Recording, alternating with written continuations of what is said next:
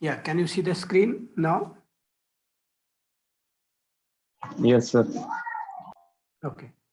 So the two papers that we will be covering in this set of lectures on the incentive in organizations are they're more or less similar in a sense. They're written for very different audience, but more or less the contents are the same, with a little bit of formalism in the management science paper.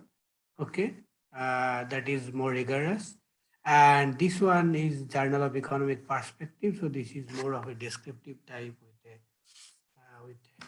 with the proper motivation. So both of them are important. So you will be able to figure out that which part is covered by which paper, but they basically essentially talk about the same thing with different degrees of formalism.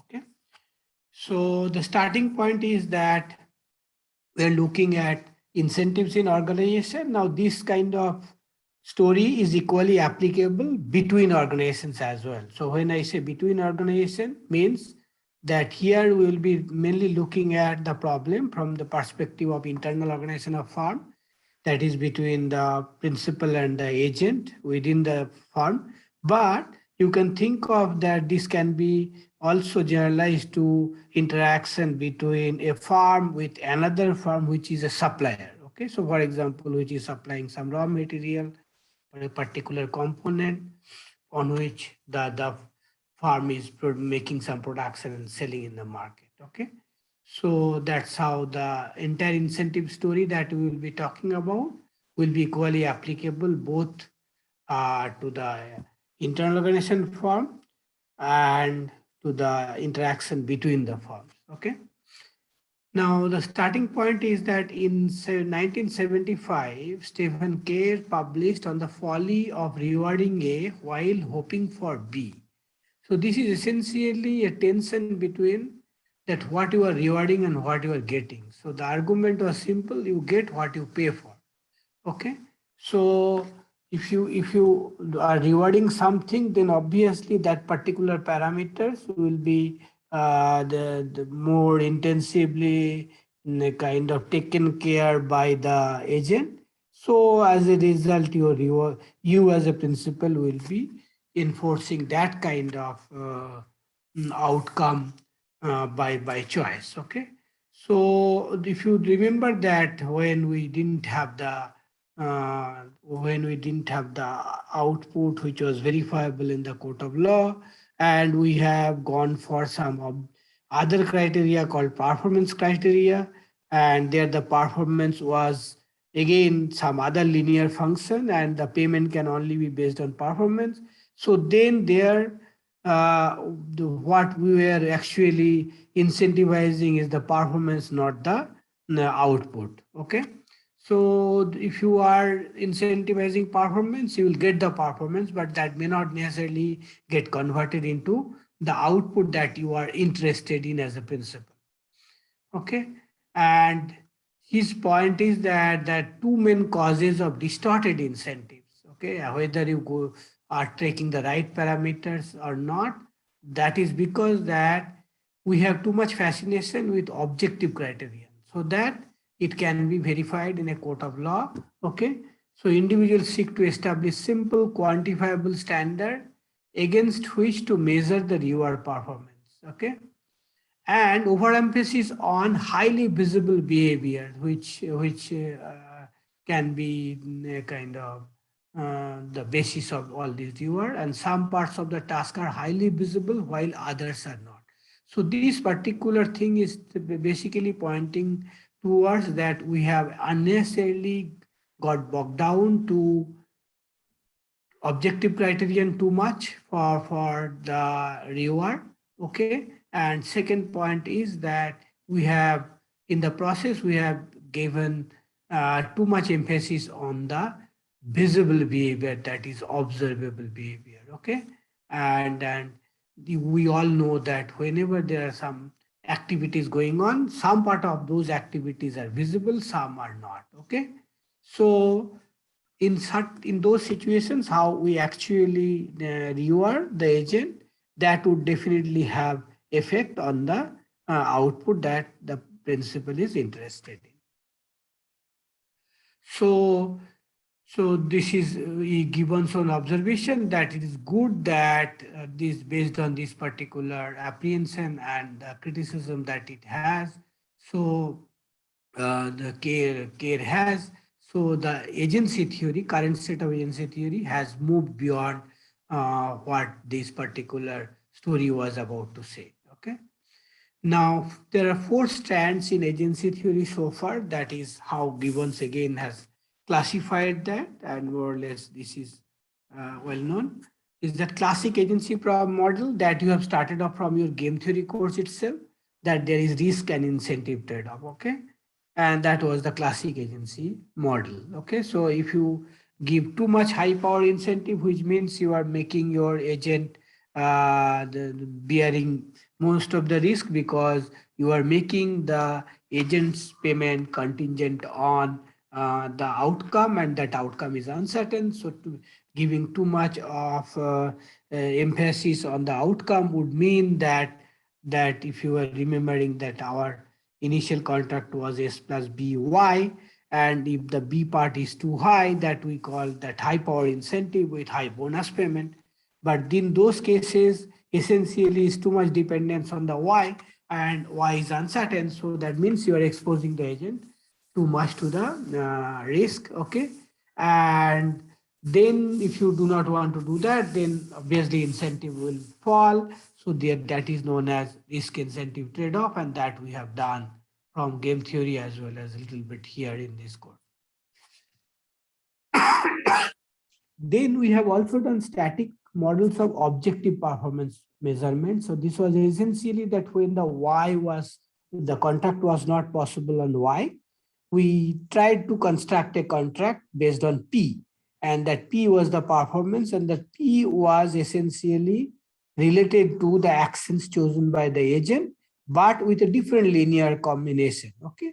So this performance measurement that we have taken and the linear combination there. So that was again the objective performance measurement, but that performance measurement and the main interest, that is the output, may or may not be quite aligned. So we did see that the scale and alignment effect in all this reward scheme and the incentive scheme, okay?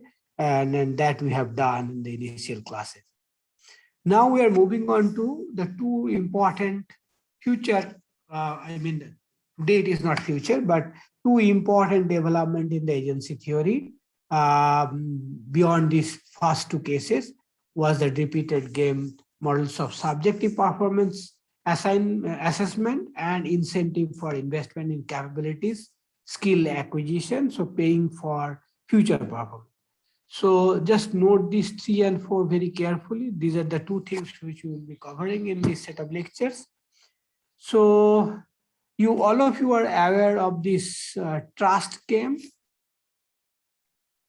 Okay, that if there are two parties, they are trusting each other, then the overall outcome will be better, and then trust and reciprocity.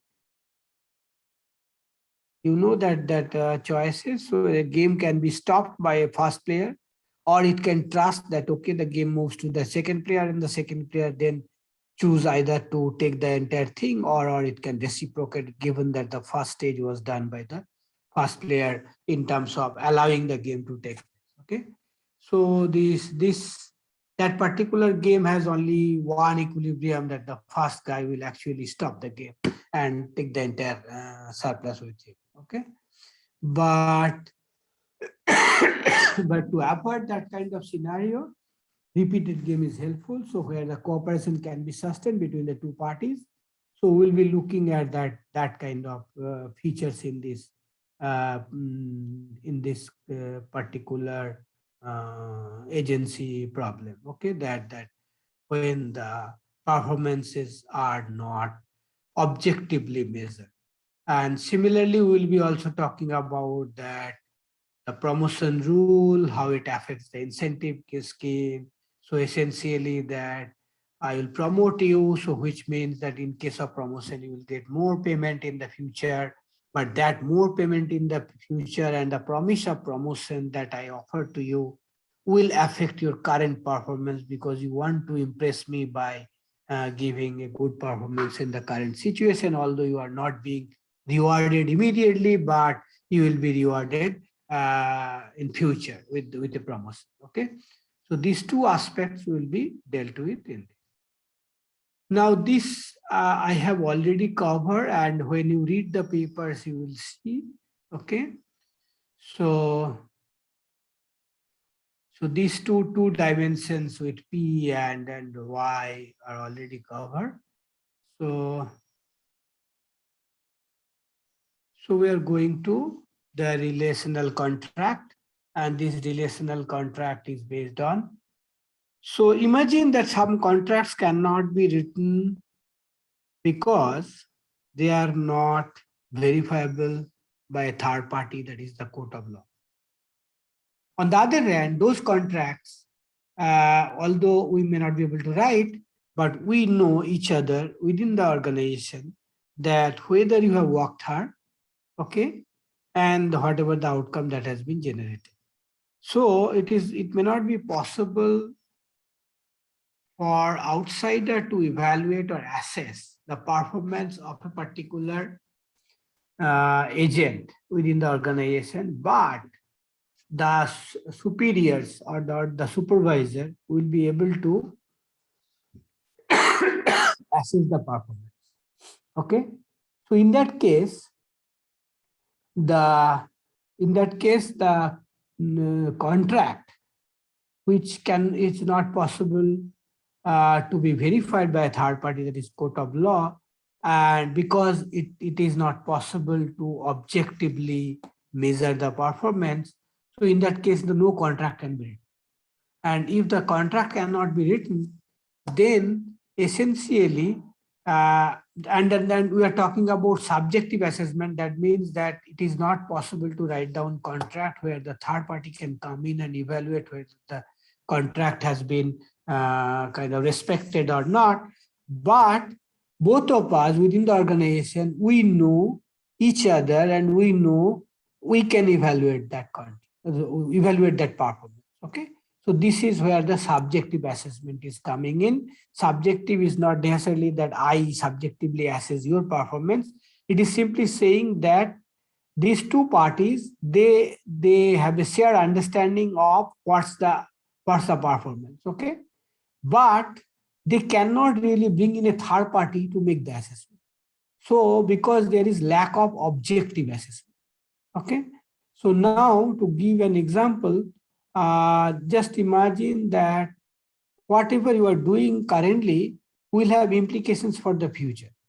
Okay, and that future thing will be adding value to the firm. So now first thing we are changing is that the Y that was typically conventionally in the traditional classic the agency theory was taken as output, and subsequently the performance was the basis of contract. But now we are saying that it is the value of the firm. Now, when we say that Y is the value of the firm, that means it is not dependent on the present output only. It also has a future connotation with it. Okay.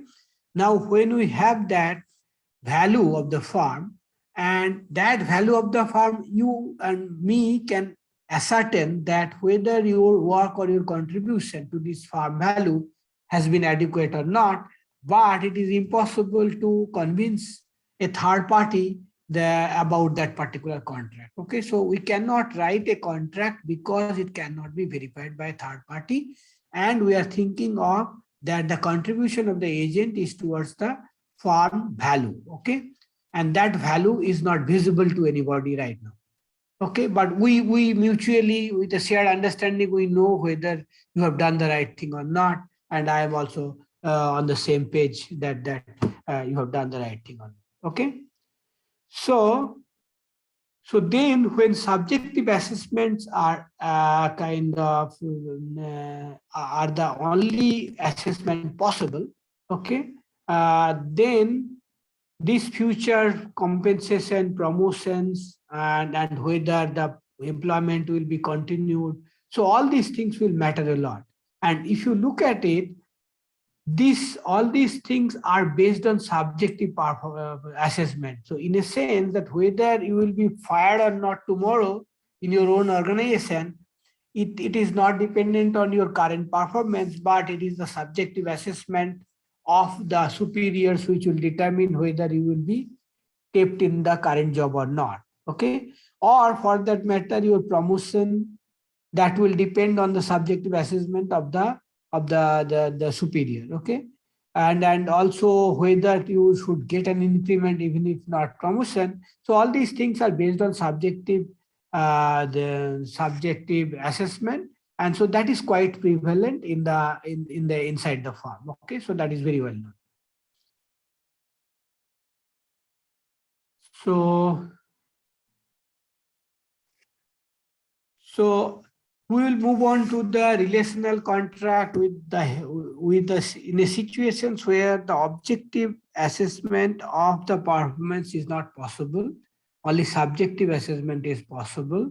And when we say relational contract, we say that there are these two parties who are repeatedly playing this particular game of this business. Okay, so basically each period you are working for me, and then this game is repeated. So then the reward that I pay today will have bearing for your kind of future, that whether you would like to stay with me or not. So all these things, but these are based on subjective assessment. So when we cannot write a contract, then we play this repeated game in terms of mutual trust, and we start by cooperating, and then in case of any kind of failure from any of the side, the entire cooperative setup breaks down, the game breaks down, and then people go back to their respective kind of static game. Okay, so that is the idea of this relational contract.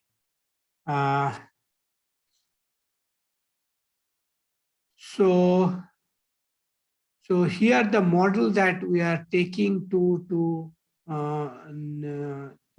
evaluate, to formally represent this relational contract is by Bowles 1987. So we are not going into the original paper, but this is how the Gibbon has represented this particular game with the acknowledgement of this paper. Okay. So this in the terminology is called that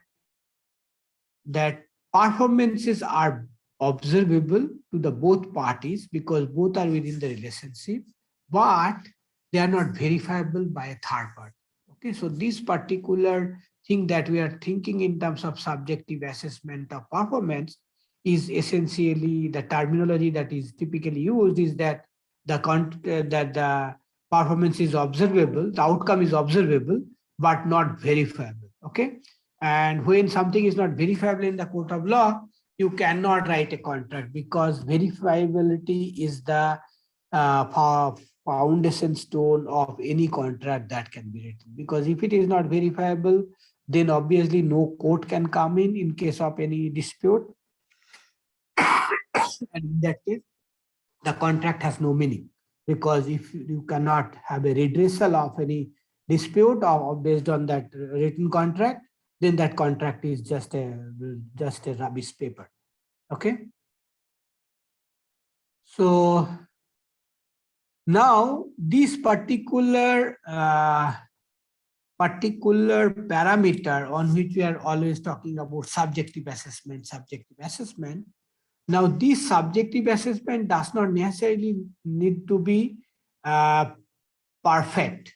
Okay. So in other words, you can have a shared understanding that whether you are studying well, and I also know whether you are studying well, and then I decide you to reward you. Okay.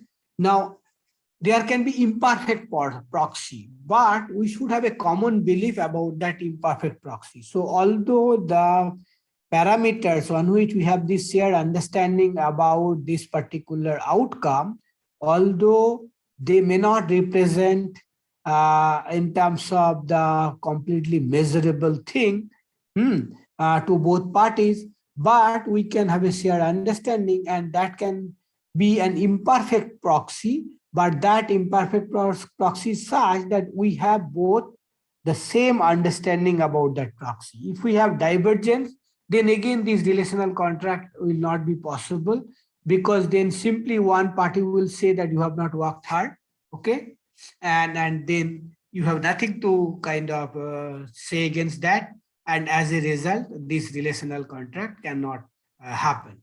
So for example, a relational contract based on a subjective assessment made by one party but observed only imperfectly by the other is not going to happen.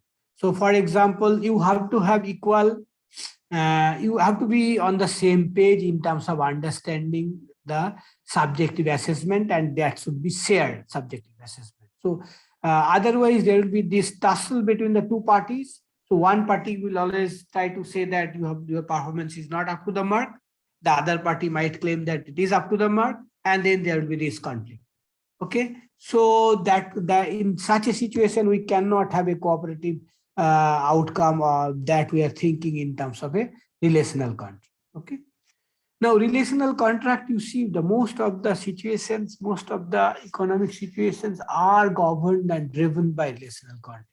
You typically will see that the agent, the employees are not easily fired. Okay, they have the kind of if not long-term contract per se, but they have a long-term association. So although I can fire my employee after every year because I'm renewing the contract, but there is this common perception that it will be continued, and so this is the basis of the relational contract, that the game is going on. Okay, game is going on and it is being repeated. Okay, so that is the within the organizations, you do not see that regularly people are getting fired, so many. Similarly, the supplier also, you will see that once you have established a supplier, a network with a supplier, you typically stick to that supplier for a long time. Okay, so these are essentially the examples of relational contract that, although in case of any kind of breach of there is no contract written, but they are able to continue the relationship based on mutual trust and reputation. Reputation means that if I breach the contract, then not only I bear the fallout of this thing, that the relationship is broken, but also it has a credibility issue that if I breach the contract, then tomorrow the other people with whom I have to do the trade, or with whom I have to say I have to appoint someone for my organization, so that guy will also get to know about my past behavior. So my reputation will be at stake. Okay, so this reputational concern of the principal, okay, is extremely important. So here the idea is that when we are trying to think of relational contract, it is not necessary that the relationship is being continued with only one between the only two parties, but it could be that there is a continuous change of one side, that is the agents are getting moving on with other things, but the reputation that is developed by this kind of relational contract has far-reaching consequences, because that determines the reputation of the principal and which helps him in the future. Okay, so if the principal cares for reputation, then this kind of relational contract are possible. So let us now move on with a very simple example where some amount of bonus payment will be made, okay, based on the outcome. But our starting point is that our Y, that is the total contribution of the agents towards the farm value, and now we are calling Y as farm value rather than any particular period's output generated. Okay, so we are not calling Y as output, it's a farm's value, and as a result that cannot be objectively measured. Okay, so maybe that you have made some damages in the farm which will have a negative impact on Y, and that cannot be assessed by an outside party. Okay, so you can see that why this particular thing is coming into play, that we are in a world where Y can be thought of as a farm value, and there is no objective measurement of Y. So now let us suppose that agent has to take an unobservable action A, and agent's total contribution to farm value is Y, and Y can be either high, that is H, or low, L. Okay.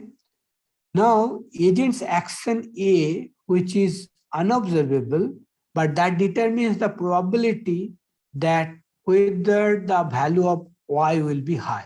So in other words, this A also represents the probability of Y equal to H. Okay. So that means that A will be the probability that L will be realized. So is it clear? And A belongs to 0 to 1. So in other words, you are choosing an action. It is as if like you are choosing the probability of high outcome. Okay. And then with the remaining probability, the low outcome will be realized. Okay. And there is a convex cost, CA, and that cost will be incurred by the agent. Okay. So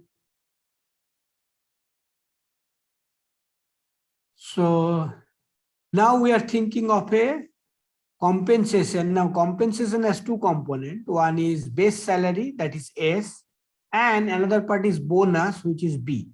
Okay. And principal promises to pay the bonus if Y equal to H, otherwise not. Okay. So this is a commitment that the principal is making. But remember that my Y is not objectively measured. So the agent can never go to the court by saying that, look, Y has been equal to H and I have not been paid bonus B. Okay, so that's not that option is not there. Now, timing of the events. Principal offers the agent a compensation package SB, base salary and the bonus. And then agent either accepts the compensation package or rejects it in favor of an alternative, which is the opportunity, the other employment opportunity that is available from the market with a payoff that is WA. So this is in essence the outside option of the agent, that if it does not accept the contract offered by this principal, it can simply go to the market and accept the other one. And this also restrict the principal in terms of whatever SB that this guy is making must be the payoff to the agent must be greater than equal to these outside options. Okay.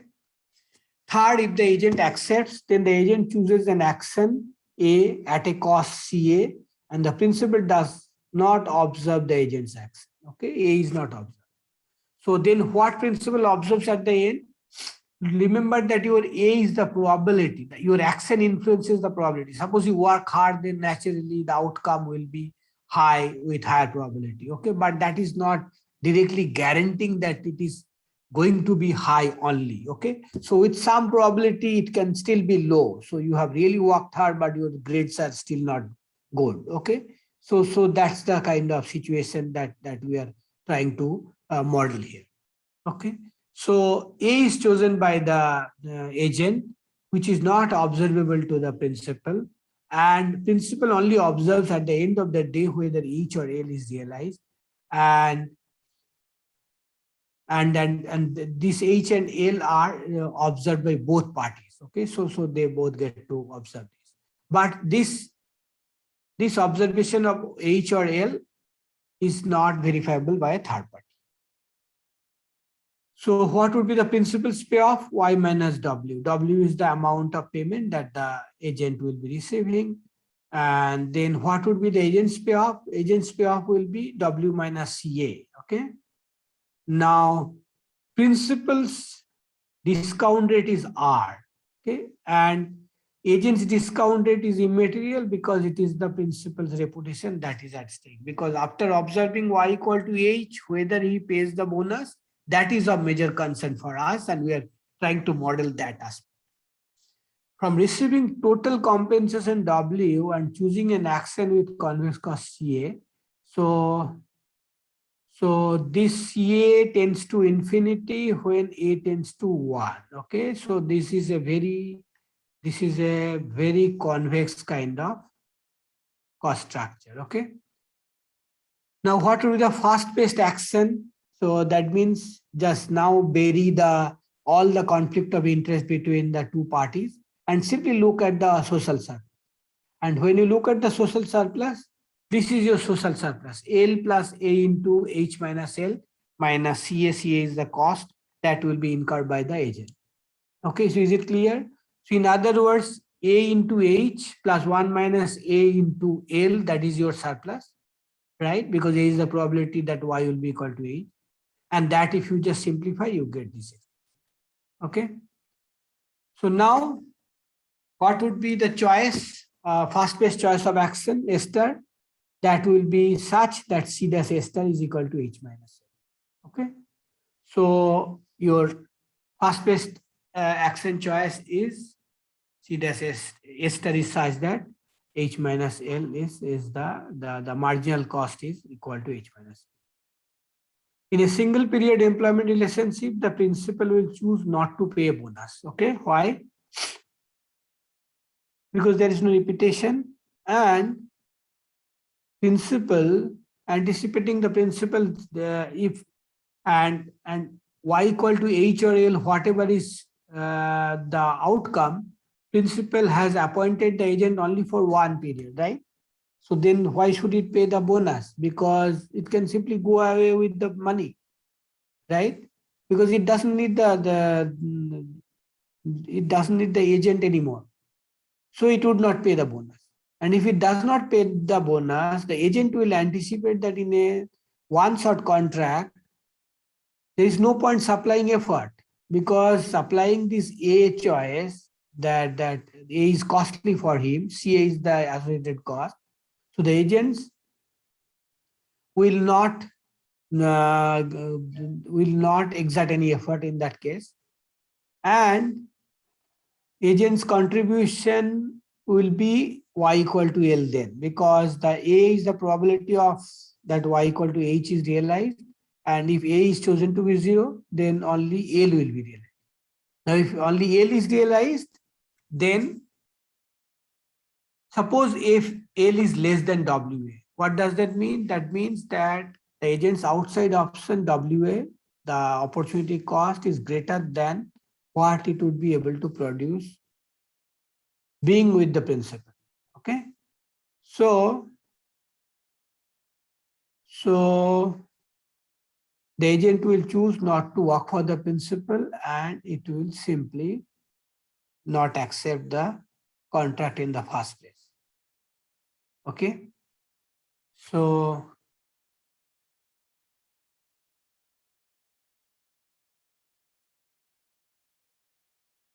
now we are trying to see whether there is a possibility that the contract is continued with a bonus payment, okay, regularly in each period. And that is possible provided that the game is repeated, and we are thinking of this game repeated infinite. Now, given a relational contract, bonus B, if the agent believes the principal will honor the relational contract, then the agent's problem will be that with probability A, the agent will get the bonus, right? Because H will be realized, and in case of H realization, the bonus will be paid. So the agent's payoff will be S plus A into B minus CA. So the agent's optimal action A should be such that C dash A equal to B. So the agent will choose to work for the principal if his expected payoff exceeds the alternative wage. Now, what is the expected payoff of the agent being with the principal? The S is the base salary. This is the probability when the bonus is paid by the principal. So S star B is the probability that H will be realized, and then the corresponding bonus that the agent will receive is B. Okay, so S star B into B will be the expected bonus payment to the agent. minus C star B will be the cost to the agent for choosing that A star, okay, as the action. So this net payoff, net of cost, should be greater than equal to its outside option, then only this guy will be working with the principal. So this is the minimum salary that the agent will accept. Okay. So now you can easily understand in this kind of situations then how the principal will design the contract of B or SB.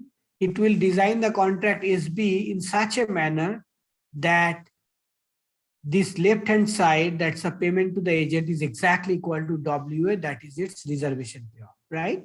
So S and B will be suitably chosen in order to ensure that this holds with equality only. Because think of any choice of B and correspondingly the left hand side is higher, you can simply reduce S a little bit, and S is the base salary, and still the agent will be working for you. And as a result, nothing will distort in terms of incentive on the bonus side and the corresponding A star. Okay, so these two sides will be equal when in the equilibrium. So now what would be the principal's payoff if it honors the contract of bonus? Principal will get L plus A star B is the probability that Y is equal to H. So the expected payoff will be essentially L plus A star B into H minus A, okay, for the principal. Now, this is the expected total surplus that will be generated. Now, from here, the agent has to be paid. Agent has to be paid his base salary as well as bonus. Now, base salary plus bonus must be equal to WA plus C star B, because the two sides will be equal. That's what exactly I told you. So now, if I net it with respect to the payment to the agent, then I should be deducting S plus S star B into B from this expected surplus, which is exactly equal to WA plus C star B. So I'm just deducting this WA and C star. So this will be the principal's net payoff, and this will be the value that the principal would earn by honoring to pay the bonus. Okay. So now the question is, should it honor the bonus contract? There is no outside force that is acting here. Okay. And when that is acting, since there is no outside force, the only thing that matters is for the principal is the reputation. And so this bonus contract must be self-enforcing. Now, when I say self-enforcing, it means that the nature of the contract should be such that the principal would actually honor the bonus payment, provided that it believes it gets greater payoff by doing so than by not paying. Okay. So now, given the way that we have designed this cooperative game, and we are trying to look at that cooperative equilibrium in a repeated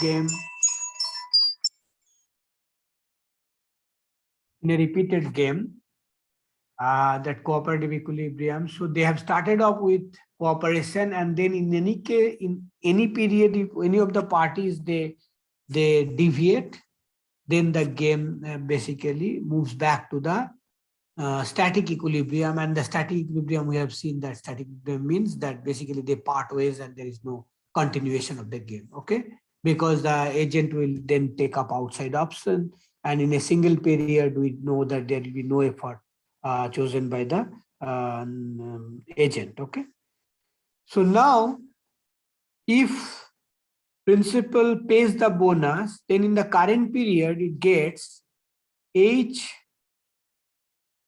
only then it will pay the bonus, right? So H minus S minus B. So when it pays the bonus, when H is the outcome, okay? So this will be its net payoff in the current period. Plus, from tomorrow, it will get this payoff. Okay. And the value of that payoff, VB, discounted value will be 1 by R VB. Okay. And here R is the interest rate. Remember that the way typically we do discounting is delta BB, but here the what is being done is with respect to principal's discount rate. Okay, so there is a difference between discount factor and discount rate. Okay. So here we are working with the discount rate, and when we do the discount rate, so this is how the expression looks like, that the current value is VB by R. Okay, so the VB is the future value from tomorrow that will be earned, and the value of that VB today will be VB by R. Okay, so this will be the total payoff if it decides to pay the bonus.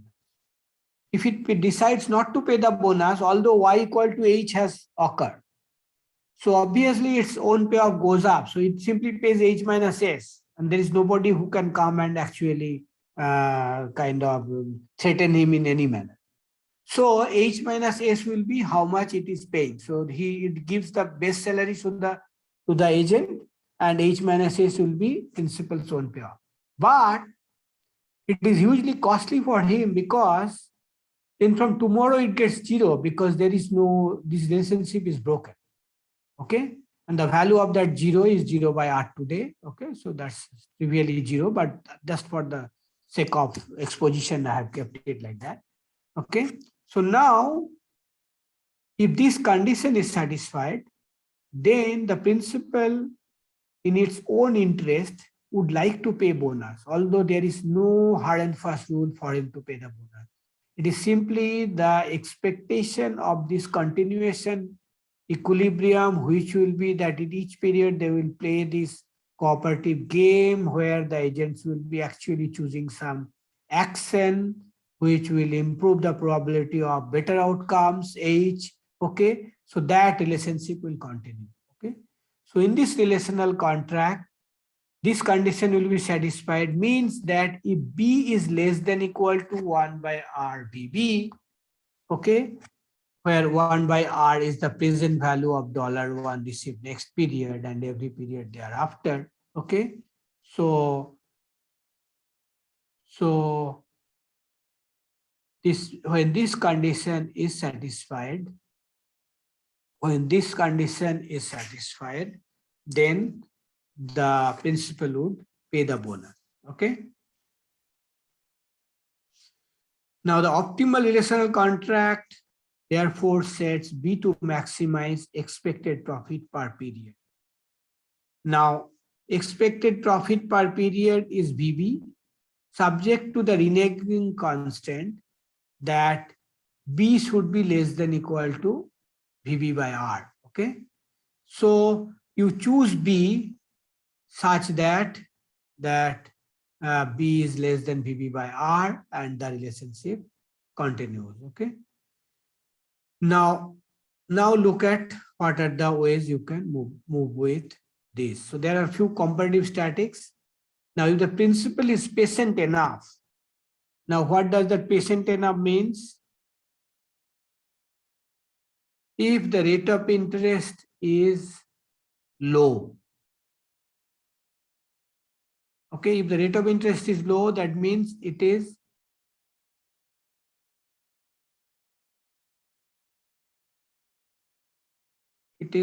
this side will be high, because VB by R will be high because R is low. Okay, the principal is patient, and the prospect of future profits makes it willing to pay even a large bonus. Okay, this period. So if this side is very large, then you are actually able to pay bonus, which can also be large, satisfying this condition. And when you do so, you can actually pay the bonus up until H minus L. You remember H minus L is what L bonus was your first best bonus contract. Okay. So let us go back and see what was our first best. This was our first best. Okay. And in this first phase, the bonus was, so the bonus, if I pay this much, H minus L, okay, so C dash A star will be equal to H minus L in this new situation, because I know B equal to C dash A. Where is that? B is equal to C dash A. Okay. So if I want to implement my fast paced contract, which would means that my C dash A start should be H minus L. So if I choose my bonus H minus L, then I'm able to implement the fast paced contract. Okay. So if R is very low, this side will be very high, and then I'll be able to choose as high a bonus as H minus L. And then I can implement the fast paced contract. Okay. Suppose my rate of interest is moderate. Now, when the rate of interest is moderate, then you can see that this is low. This value is low. So it could be the case that your B is bounded by this particular number, which is lower than H minus L. So in that case, you would not be able to pay the H minus L bonus. You will be able to pay lower amount of bonus. And if you pay lower amount of bonus, what does that mean? That means you go back to your, so if you pay lower amount of bonus, your C dash A will be equal to that lower amount. And now given that I have a convex cost, okay, and if my slope will be equating with the bonus, if I pay lower bonus, that means I'm eliciting, given the convexity, I'm eliciting lower level of effort choice A, okay, because it is for finally the slope of that convex function. So that means I will be eliciting lower level of effort. So when the interest rate is moderate, so then I would not be able to pay the full bonus. I'll be able to pay lower bonus, but then still I will do better. Still I will do better. Okay. And then there will still be bonus payment. Okay. When the rate of interest is moderate. Finally, for high interest rate, that means if you look at this side will be really, really low with high R. Okay. If with high R this side is low, then either the bonus is very small or it doesn't exist. Okay. So that kind of situation arises.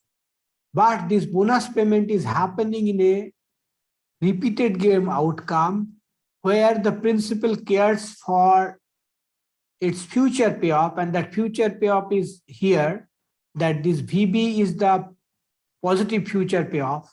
Okay, so it is giving some bonus here just to ensure that all his future payoff is guaranteed from this repeated interaction. If it cheats on this bonus payment, that it can certainly do perfectly within its the kind of strategy set. But the problem is, in that case, its future profit will be zero, and then that side will be lower. Okay. So this is a very interesting way of looking at that, how without any formal contract, because remember here there is no formal contract, it's a relational contract, and there is no contract written over it, written on papers, because the paper has no value, it cannot be taken to court. Okay. So there is no contract, but this relational contract is running fully based on mutual trust. And every period the bonus will be paid, and the agent is exerting effort. As a result, the higher value of the farm is realized. So the Y is the value of the farm, the contribution to the value of the farm. So that is realized because H is realized with certain probabilities. That is happening every period. Okay. Okay, but there is no formal contract here. It is clearly based on relational contract with a repeated interaction. Okay. And this happens in many organizations. So in corporate sector, if you know that they can easily serve you a pink slip any day they like, okay? So they can simply terminate, they can simply fire you, okay? Unlike the government sector, they can easily fire you, okay? So, but some organizations, but you do not see that thing. You do not see regular so much of firing happening in the corporate sector. So then what is binding these two parties together? It is the relational contract between the two parties. There are many other factors which are hidden here, and which are also the reason why this kind of relationship are continued. But in most companies, you will see this. Now, there is a classic example of IBM. Now, I'm talking about this IBM, which was like the old IBM, huh? And now you know that your IBM almost non-existent, because IBM had this personal computer business, and then this Lenovo, I think, bought the IBM, those businesses and all that. So you can check that. So IBM was very famous that it always followed a no layoff policy. Okay, so in a sense that it would never lay off its employees, because they are trained, they have some role to contribute in this organization. So even if the markets are up and down, the IBM typically does not lay off. Okay, but there was no formal contract that they cannot terminate, but it was simply a shared understanding between the IBM, the company, and its employees, that IBM typically would not fire people. Okay. So, but the problem was very different. So the demand for mainframe computers, that got reduced with the innovation of personal computers and workstations. Okay.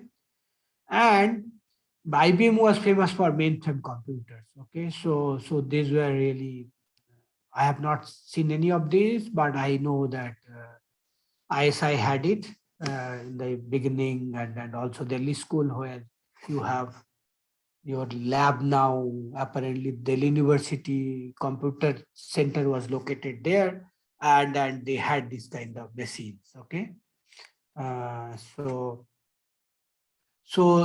that demand for those things come down. So IBM could not really remain to this decision of no layoff. Okay, and they had to abandon this policy. Okay, so the idea is that if the markets are different, then obviously this kind of trust or this kind of commitment without any court verification, this kind of commitment is costly. If it is not possible to honor, then obviously no company can honor it. But typically, people try to honor it based on some mutual trust. Now, you might also know that Tata is very famous for pro-labor attitude. Okay, so as far as I know, during this pandemic, I don't know about all other companies, but TCS has not laid off a single person. Okay, so Tata is always famous that the salaries of Tata organizations may not be as high, but they give you many kind of other benefit, including that assurance that you will not be easily laid off. Okay,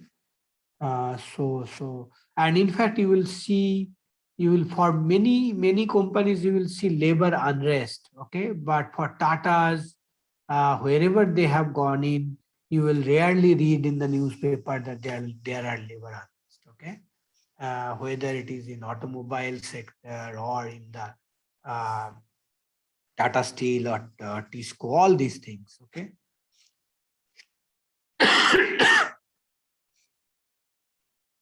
So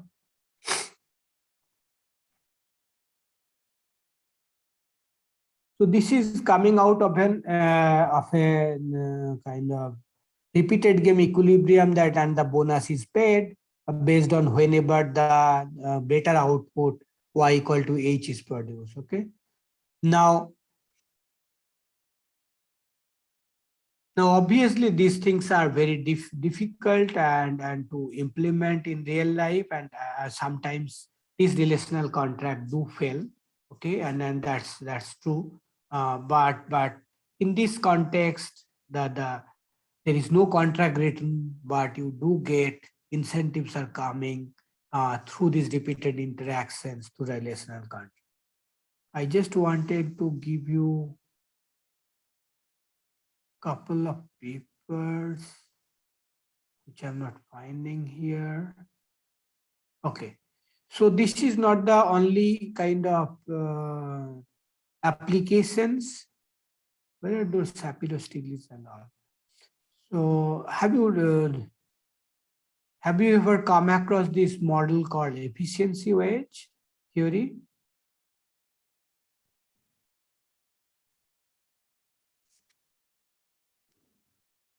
Have you come across efficiency wage theory?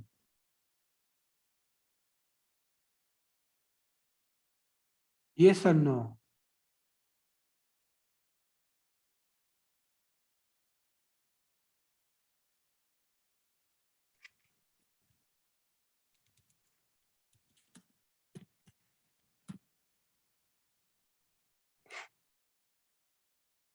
Have you come across efficiency wage theory? Yes, sir. Okay. So there also the idea was in Sapiro-Stiglitz that they are considering a repeated game. And in that repeated game, you try to pay high, okay, with the implicit understanding that if you are found shirking, then you will be fired, right? So in such a context, what happens that when the workers, they value this higher wage more as compared to what they can actually earn from the market. So this repeated game, infinitely repeated game, will have this equilibrium. So relational contract in that sense is related, is this somewhat related to that aspect, okay? So I would like to stop here for you. The main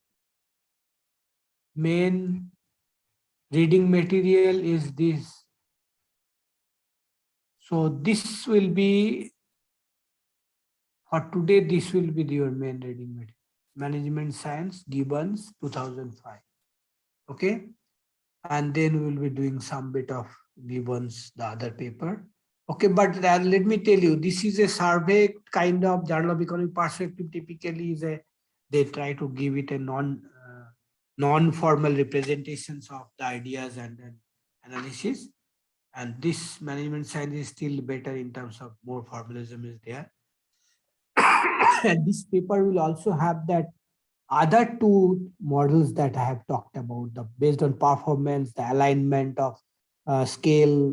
Okay, so that P, if you remember that we derive something called that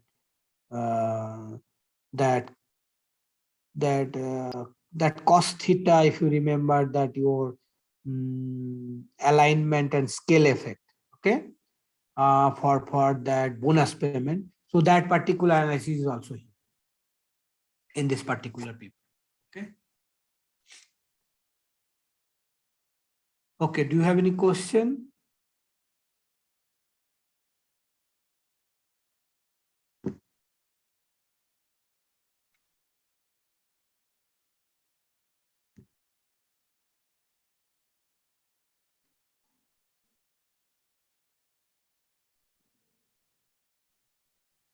So please read that, because this is directly copy pasted from that article, and I have just removed part of it just for my own convenience.